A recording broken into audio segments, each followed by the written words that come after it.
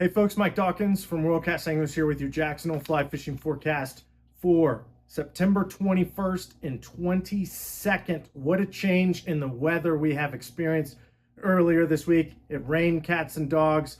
We saw some really cool overnight nighttime temperatures. We saw some really cool daytime temperatures. We've got new snow up in the Tetons and our surrounding mountain ranges. Foliage is changing, fall is in the air, and it's coming up next week, and we couldn't be more excited about it. Looking into our 10-day forecast, it's going to be pretty warm, dry, and nice sort of towards the end of the month. So we're very thankful and grateful that we got this little reprieve with this big pulse of precipitation to help us out through the beginning of the fall season.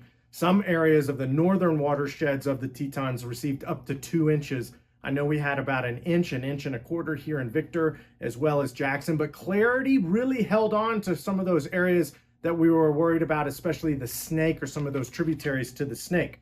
Palisades Reservoir, 47% of capacity. Jackson Lake is 79% of capacity. Saturday, it's looking pretty nice, mostly sunny, 68 and 39. Sunday, same, 68, 41, and mostly sunny. As I was saying, our 10-day forecast looking forward is going to be hot, dry, and sunny, so it looks like we're going to have a little extension of summer at least through the end of September. We're going to start to see some of our flows drop in the local area, most notably the South Fork of the Snake, the Henry's Fork, and the Snake, as water managers start to curb off on consumptive water use and those flows and start to get into the mindset of storing water going into the winter season. So definitely stay up to date with our fishing reports on our website or on social media. You can find our fishing reports in our profile link in our Instagram profile. If you're interested, stay up to date with those as we're going to start to see ramp down schedules come out for a lot of our watersheds, and we already know it for the Snake that I'll get into.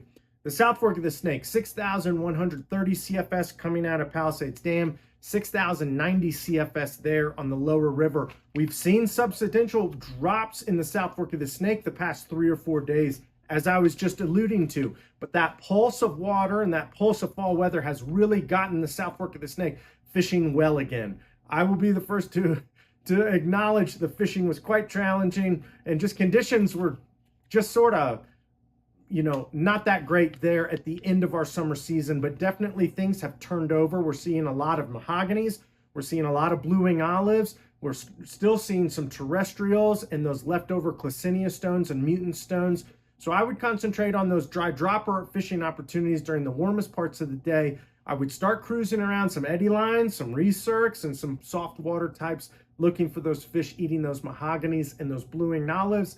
And I would start throwing some streamers too, especially in those low light periods where you get a cloudy, overcast day for a pleasant surprise as our brown trout start thinking about their fall activities.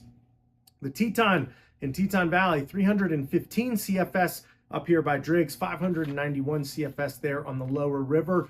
Similarly, we saw that really nice, good pulse of water into the Teton and sort of freshen things up here for the beginning of fall. We're seeing our Hecubid drakes there in the warm parts of the day, 10, 11, noon-ish. I like flavs. I like small green drake patterns, CDC parachute green drakes, and any of your sort of gray drake, green drake cripples, spinners, and technical sort of dry flies for the pursuit of fishing on the upper Teton this time of year. You're also going to see a lot of mahoganies, and you're also going to see a lot of blue-wing olives, and I definitely would throw small streamers in deeper water types, buggers, JJ specials, thinner profiled streamers than something that we would fish on the Henry's Fork or the South Fork.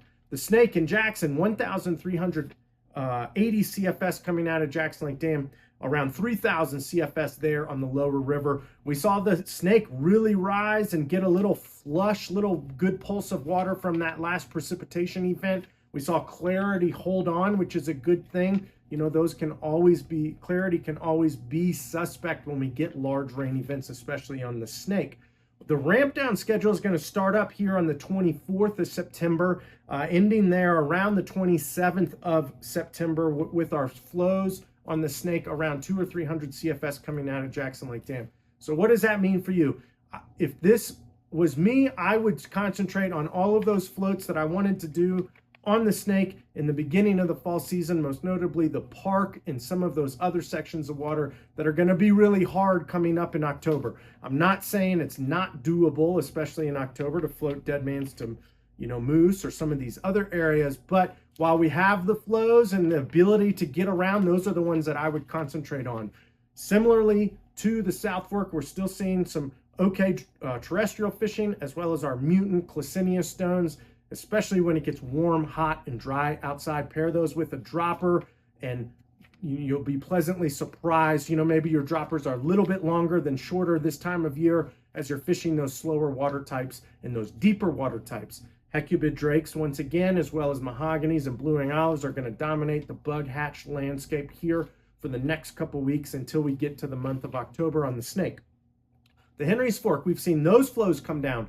200 CFS coming out of the box. You'll see around flows in the Box Canyon after the Buffalo Fork to be around 400 CFS for winter flows, and we've got around 1,000 CFS there on the lower river. We had some really good reports of blue-wing olives and mahoganies there on the lower Henry's Fork during this past sort of weather event that we had. Nymphing is still really good with rubber legs, San Juan worms, Baetis imitations, thin profiled pheasant tails imitating some of the mahoganies. But as you move forward into the fall season, look for the lower Henry's Fork to come back online and be a great fall fishing opportunity where it has been sort of put on the back burner during the summer season.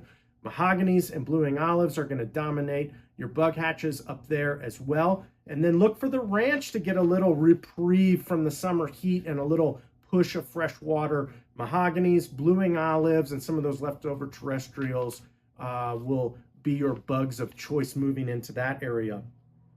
Flat Creek in Jackson, this is one of my favorite times of year to be fishing it. The crowds are thinning out, cooler days and nights. We're concentrating on our warmest parts of the day, 10 until 4. Look for those Hecuba drakes. Look for some leftover PMDs if it stays warm and hot and dry. I wouldn't throw out the terrestrials and ants and beetles out of my fly box. I would have a couple there ready if I come up and I'm trying to prospect some water, or I get snubbed on a fish trying to eat a Hecuba or a mahogany or a blue-wing olive. Definitely throw a little CDC ant, Skilton's quick sight ant, some little beetles. Terrestrials of those sorts can be very effective in those sort of end of summer, beginning of fall on Flat Creek. Fly shop's open Monday through Saturday, 7 a.m. to 7 p.m. Sunday from 7 p.m. to 5 p.m. Stop in. We're ready for everything of the fall season. The shop is stocked and ready to go for everything that you need, and we look forward to seeing everybody here in the fly shop this fall season. Have a great weekend and a safe weekend on the water, and we'll see you here next week.